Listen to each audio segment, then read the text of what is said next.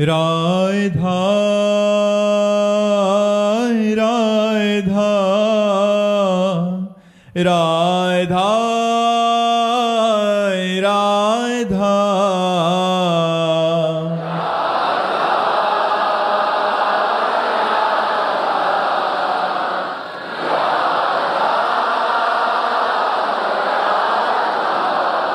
हाय राधा राधा राधा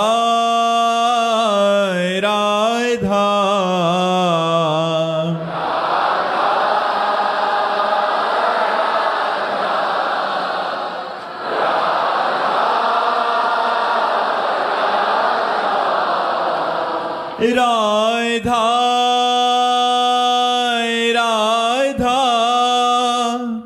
राधा राधा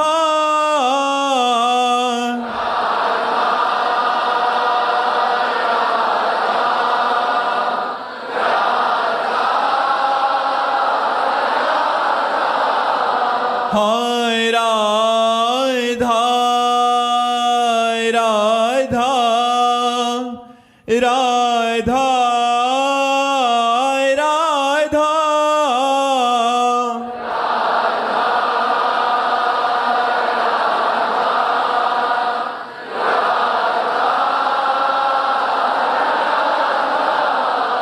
हाय राधा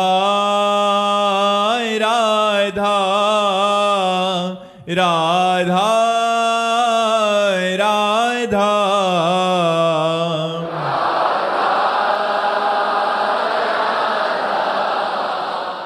राधा राधा श्री राधा वल्लभ लाल की, समस्त संत हरि भक्तन की, श्री वृंदावन धाम की, सद्गुरुदेव भगवान की।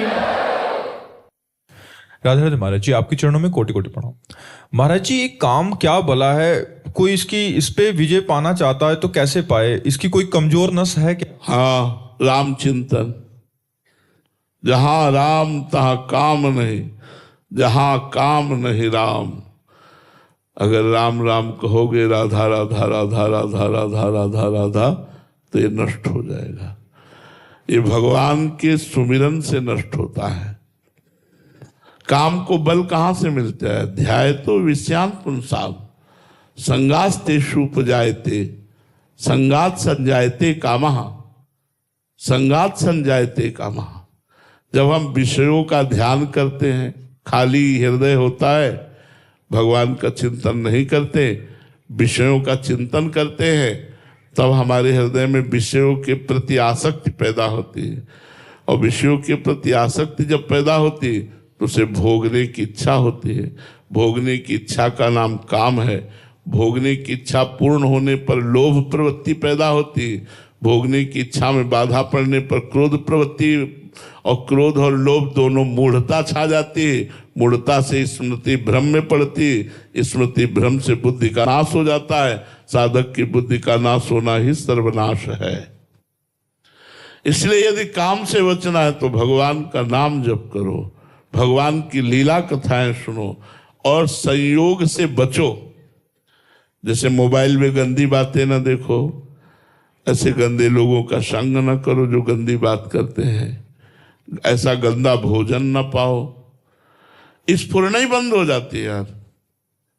उसी हृदय को हमने देखा है काम से युक्त, और उसी हृदय को देखा है स्फुरना ही बंद हो जाती है।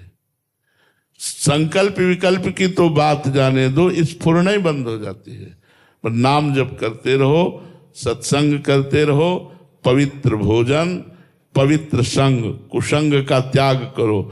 देखना सुनना बोलना ये कुसंग से ना हो।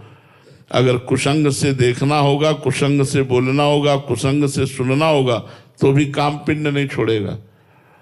उसको रास्ता मत दीजिए। उसका श्रवण न हो, उसका दर्शन न हो, उसकी वार्ता न हो, उसका चिंतन न हो, तो भगवान का श्रवण कथन चिंतन हो, बढ़िया मंगलमय हो जाएगा। यही रास्ता है काम विजयी होने का, यही रास्ता है। भगवान की लीला कथा सुनो, भगवान के विषय की चर्चा करो, भगवान का नाम कीर्तन करो, सब में भगवत भावना करो, तो आप देखो अपने आप धीरे धीरे हृदय शांत होने लगेगा। जब हृदय आनंदित होता है तो निर्विकार हो जाता है, सूखा हृदय विकारी होता है। जो भगवदानंद से युक्त हृदय होता है वो निर्विकार होता है। सुभाष जी हनुमानगढ़ से। राधे राधे महाराज जी। महाराज जी, क्या सच्ची भक्ति में त्याग अनिवार्य है? यदि हाँ तो क्या संसार का त्याग करना जरूरी है, मन का त्याग भी पर्याप्त है?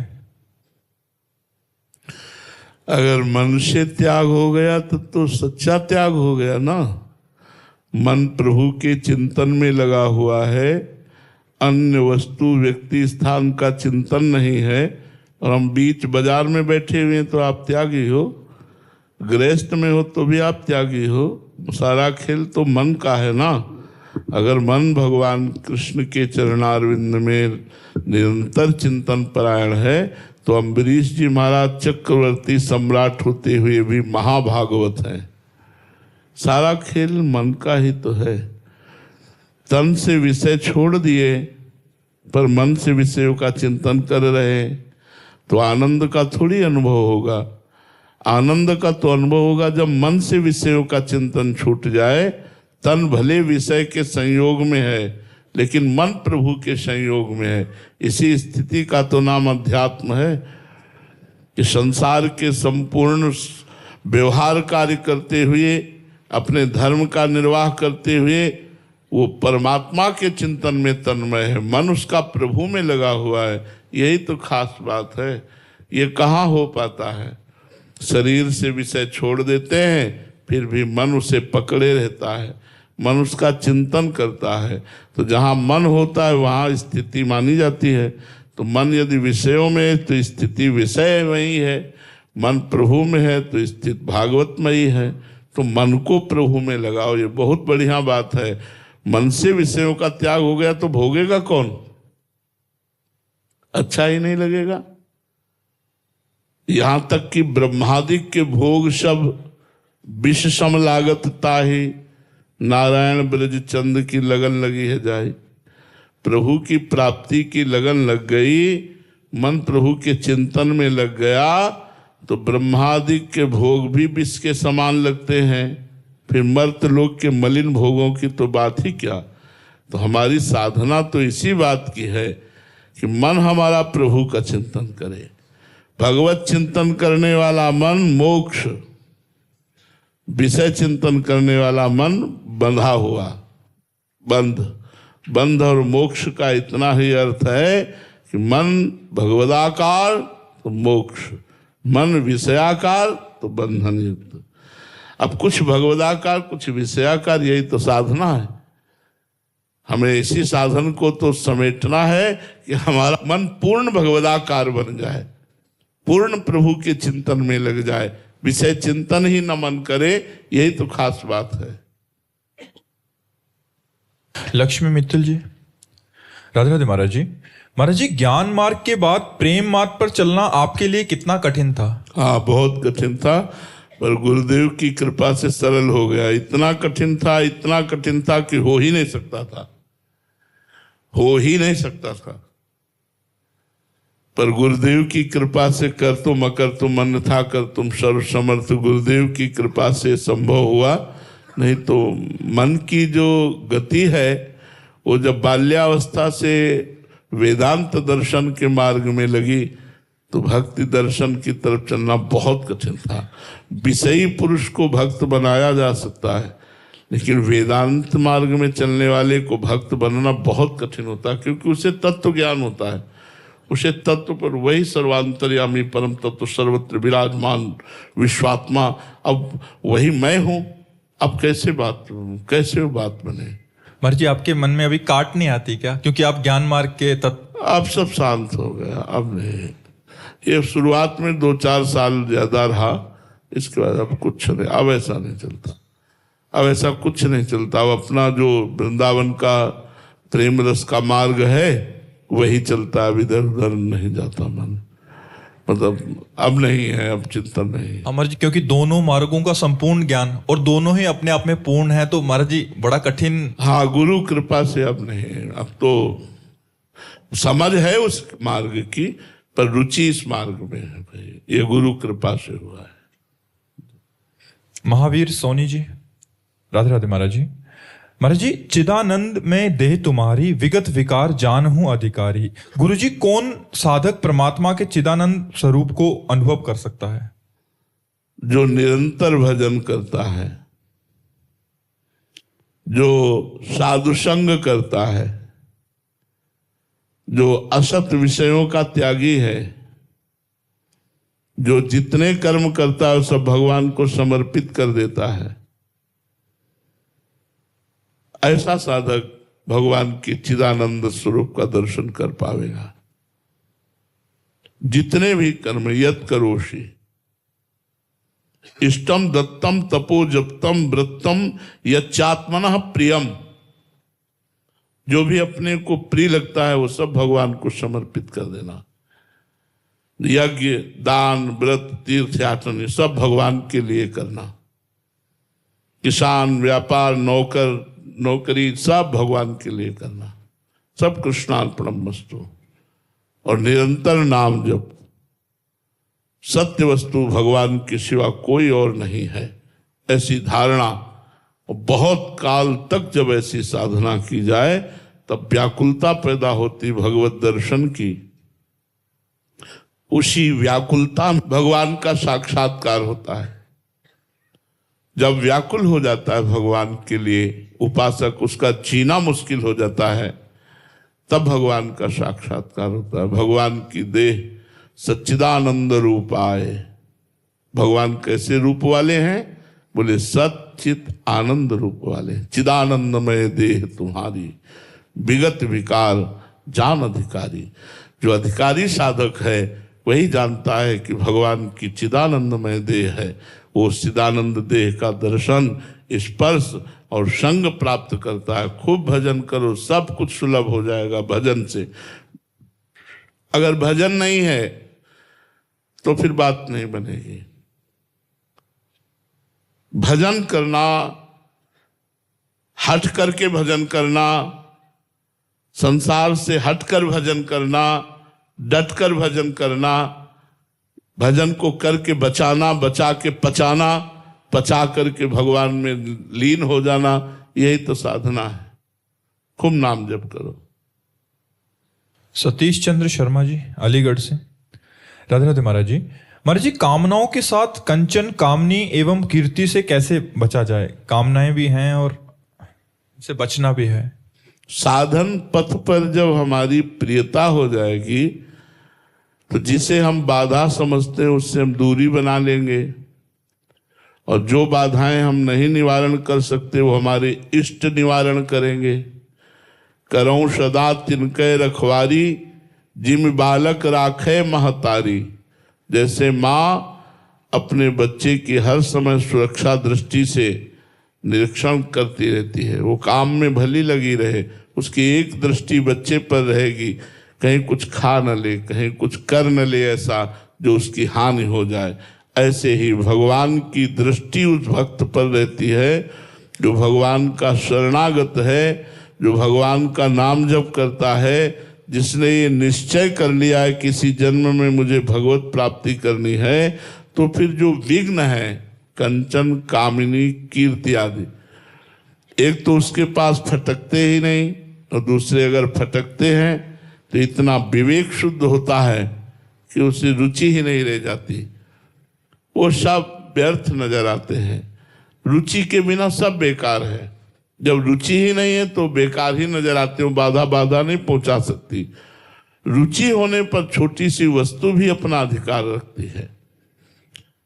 भगवान के नाम में रुचि, भगवान के रूप में रुचि हो जाए तो सब रुचियां खत्म हो जाएंगी। इसलिए हमको भजन करना पड़ेगा। लौकिक पारलौकिक कोई भी उन्नति चाहनी हो, भजन करो, खूब नाम जप करो। हमारी बात मान लो, सब साधनों का साधन है भगवान नाम जप। भगवान से भी बढ़कर है भगवान नाम जप।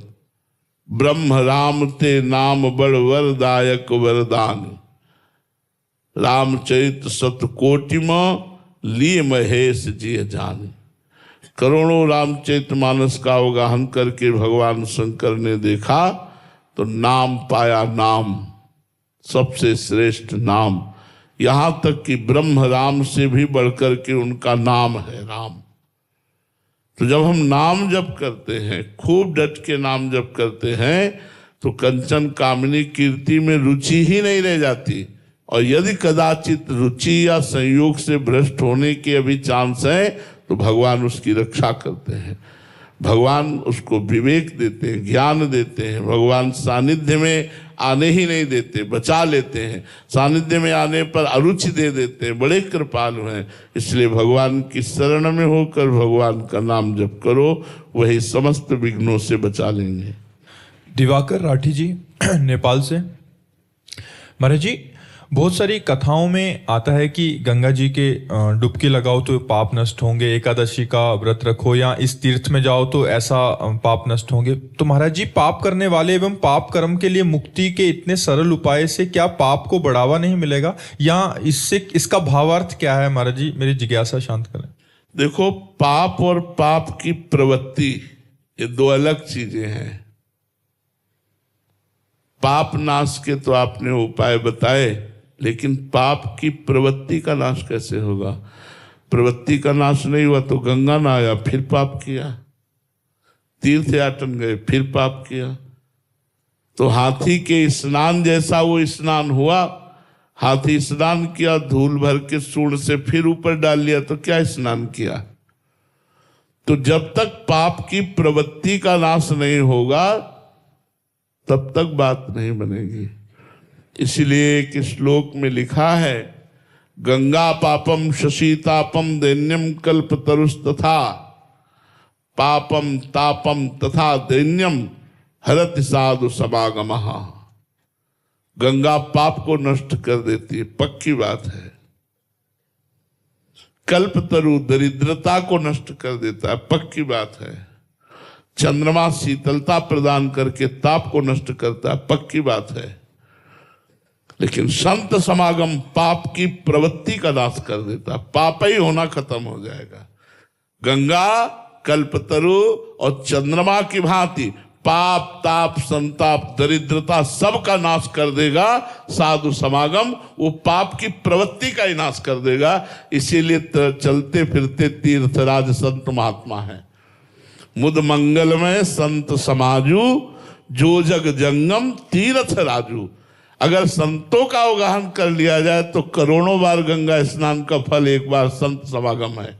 क्यों? क्योंकि संत समागम सीधे पाप की प्रवृत्ति का नाश कर देता है, भगवान के चरणों में चित्त जोड़ देता है।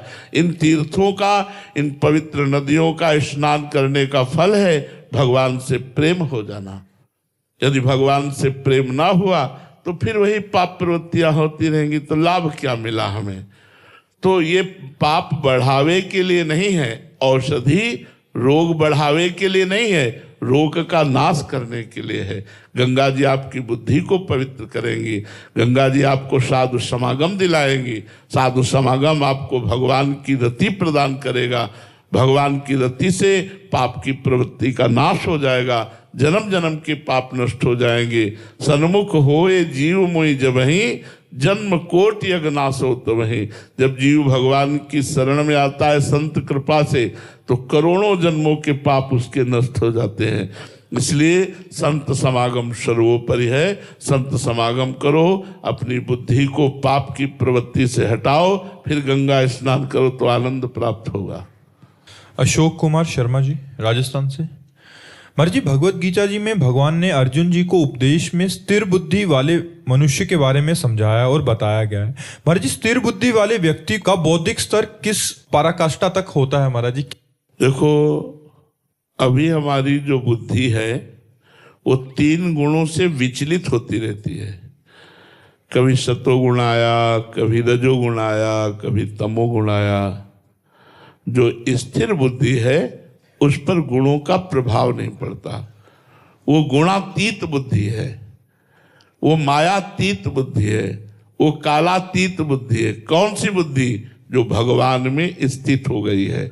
मय्येव मन आधत्स्व मयि बुद्धिम निवेशय निविशस्य मय्येव अत ऊर्ध्वं न संशया।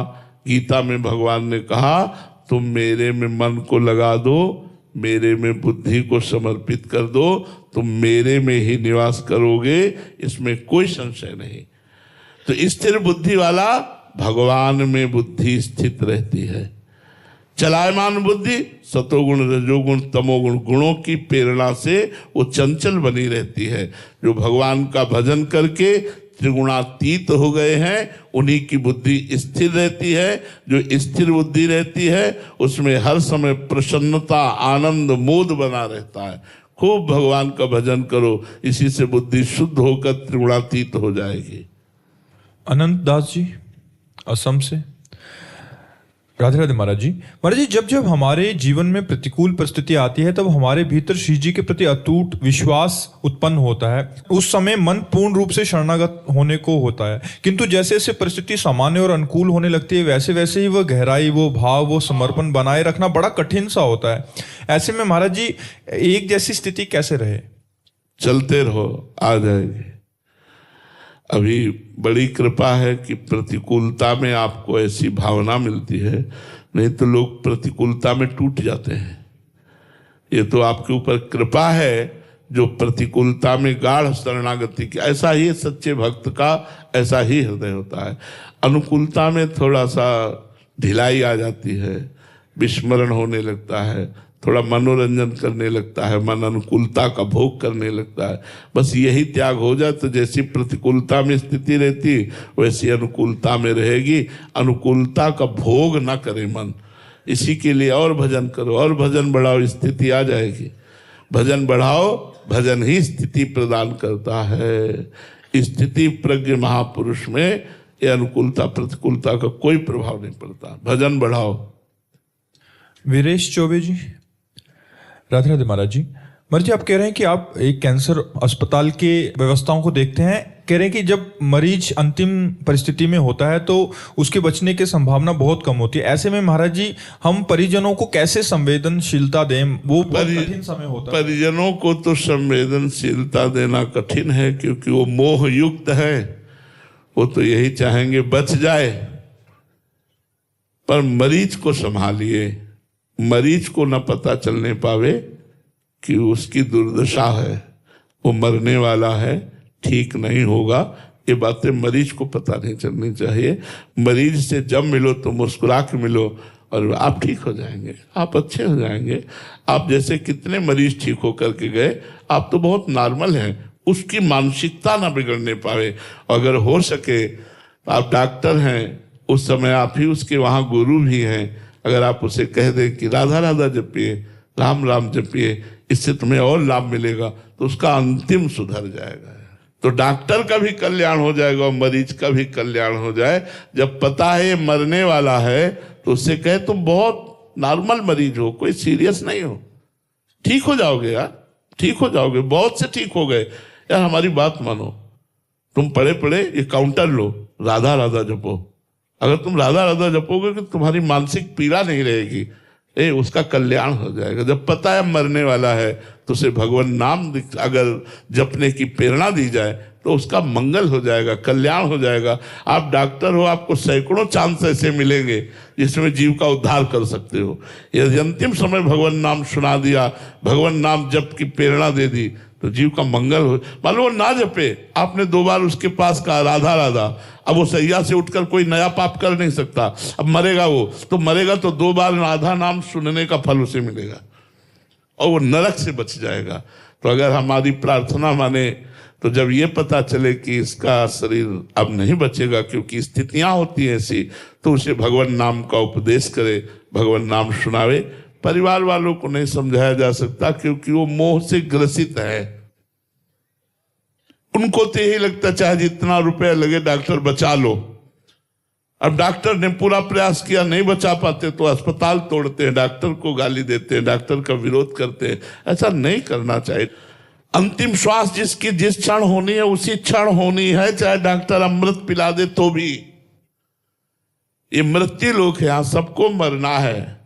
कोई ना कोई कारण लगता है, किडनी फेल हो गई, लीवर खराब हो गया, शुगर बढ़ गई, हार्ट फेल, ये सब कारण बनते हैं। परिवार वालों को तो नहीं समझाया जा सकता क्योंकि वो मोह ग्रसित है। ममता रत्सन ज्ञान कहानी, जो मोह से ग्रसित हैं उनको ज्ञान कहानी अच्छी नहीं लगती। वो तो यही कहेंगे कि डॉक्टर साहब आप बचा लें। तो आपको भी यही कहना है कि हम बहुत बिल्कुल पूरा प्रयास कर रहे हैं आगे भगवान की इच्छा, बस इससे ज्यादा क्या उनको ढांढस बना सकते हैं। पर मरीज के कान में अगर आप ये दे सके कि 2 बार राधा राधा बोल दे तो मंगल हो जाए यार, जीव का अंतिम सुधर जाए। जीव का अंतिम सुधर गया तो पूरा सब सुधर गया। शिखा सिंह जी मिर्जापुर से।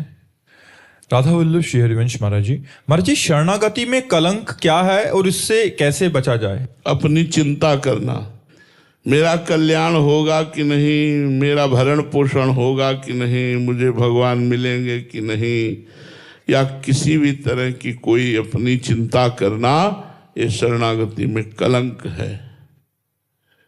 जब हम भगवान की शरण में हैं और भगवान विश्वंभर हैं, समस्त जगत का पालन पोषण करते हो, मेरा भी करेंगे। जब भगवान ने कहा है कोटि विप्र बदला गए जाहू, आए शरण तजो नहीं ताहू, तो भगवान मुझे त्यागेंगे नहीं। ये मेरा दृढ़ भरोसा है कि मैं कैसा भी नीच हूं पर भगवान मुझे त्यागेंगे नहीं। ये मेरा दृढ़ भरोसा है कैसा मैं नीच हूं पर भगवान मेरा पालन पोषण करेंगे। मैं भगवान की शरण में हूं। तो सबसे बड़ी बात है अपनी चिंता करना। योगक्षेमम वहाम्यहम, जो मेरा अनन्य चिंतन करता है उस जन का योगक्षेम मैं स्वयं वहन करता हूं। इस बात पर विश्वास करो और अपनी चिंता का भार प्रभु पर डालकर निश्चिंत हो जाओ और खूब नाम जप करो। अपने कर्तव्य का पालन करते हुए कृष्णार्पणम मस्तु भाव से सब काम करो, फिर देखो आनंद आता है। कैसा अद्भुत आनंद आएगा जब पाप नष्ट हो जाएंगे। तो अपनी चिंता करना सबसे बड़ा कलंक है। औरों का सहारा ले लेना ये दूसरा कलंक है। कह हरिदास ते जीव विमुख भय जे दूसरी करिडारी। भगवान का भरोसा छोड़कर किसी व्यक्ति का भरोसा कर लिया कि वो आदमी हमारा काम बना देगा, ये सबसे बड़ी कलंक की बात है। एक भरोसो एक बल एक आस विश्वास, एक भरोसा केवल भगवान से, एक आशा केवल भगवान की, एक बल केवल भगवान का। अगर हमें अन्य का भरोसा हो गया तो कलंक हो गया हमारी शरणागति में। अपनी चिंता हो गई तो कलंक हो गया शरणागति में। तो ये सबसे बड़ी कलंक की बात है, इसे छोड़ देना चाहिए भगवान के भरोसे पर। रस शेखरी शरण जी। राधा वल्लभ श्री हरिवंश महाराज जी कैसे जाने कि हमारी शरणागति सही चल रही है या हम सही, इसके कोई लक्षण है कि हमारी शरणागति में कमी है? हाँ, जब हमारा निरंतर नाम चल रहा है, थोड़ी थोड़ी देर में हृदय में आता है भगवान मैं आपकी शरण में हूं, मन प्रसन्न हो रहा है। कोई भी अनुकूल बात आई तो बड़ी भगवान की दया है, कोई प्रतिकूल बात आई तो बड़ी भगवान की कृपा है। दोनों में भगवान को ही वो देखता है। अनुकूलता प्रतिकूलता, विपत्ति संपत्ति, अपमान सम्मान, निंदा स्तुति, सब में अपने भगवान का विधान देखकर जो प्रसन्न रहता है वही शरणागत है। हर परिस्थिति में जिसे अनुकूलता ही अनुकूलता नजर आती, कृपा ही कृपा नजर आती, वही शरणागत है। ये शरणागति पुष्ट होती है संतों के संग से और नाम जप से। साधु समागम से शरणागति पुष्ट होने लगती है और भगवान का सतत स्मरण करने से भगवान में आसक्ति होने लगती है। तभी शरणागति का पूर्ण स्वरूप होता है अपने इष्ट के सिवा अन्य का चिंतन ही ना होना। वो तभी होगा जब नाम जप करोगे। तो संतों का संग करो, सत्संग सुनो और खूब नाम जप करो। शरणागति पुष्ट हो जाएगी। तो इसी का स्वरूप यही है, निर्भय निश्चिंत निशोक होकर भगवान के चिंतन में तल्लीन होकर सारे कार्य करना, कार्य करते हुए भी अहंकार न होना, कठपुतली की भांति रहना कि मेरे तो कुछ बस की बात नहीं, मेरे प्रभु मेरे से करवा रहे हैं, ऐसा भाव रखना। श्री राधा वल्लभ लाल की।